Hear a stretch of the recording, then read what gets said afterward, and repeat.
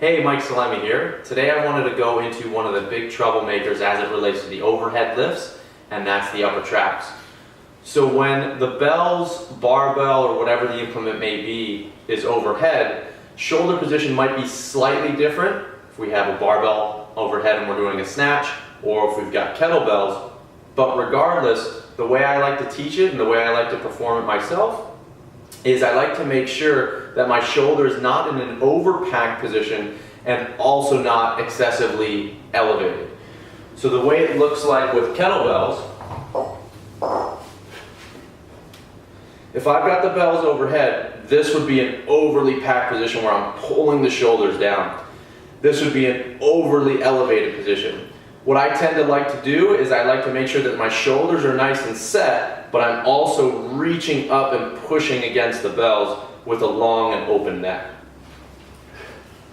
If the elevation of the shoulders is coming from, in fact, a short upper trap, one of the things you want to do is note that as the arm goes overhead, the head of the humerus should drop down. But if the upper traps are being overactive, they could be lifting up and then causing an impingement syndrome.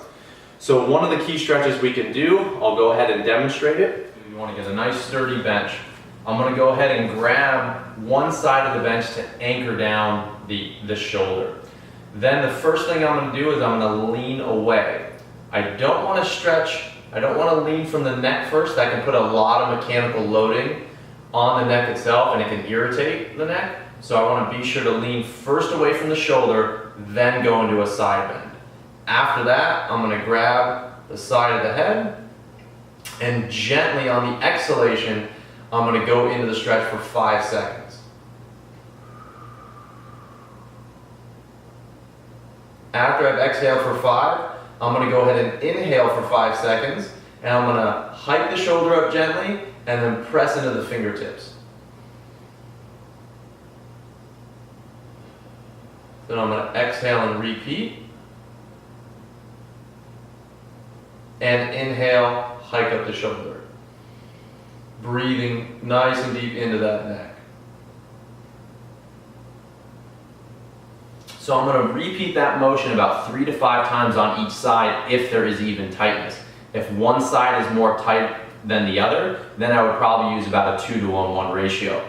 Another thing to note is if you feel or experience any pain whatsoever, you're going too hard, too aggressive, stretching should not be painful. That'll be an indication to you to let you know that you're doing it wrong.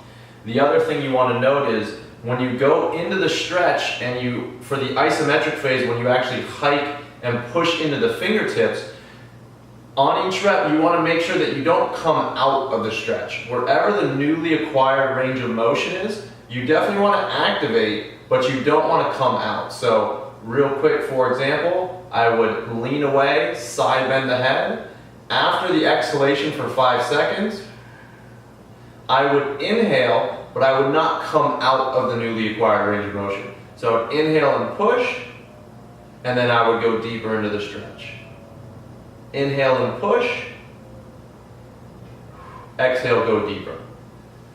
So that would be a stretch that I would do before exercise, 5 seconds contract, 5 seconds relax. Give it a shot and see how it impacts your overhead lifting.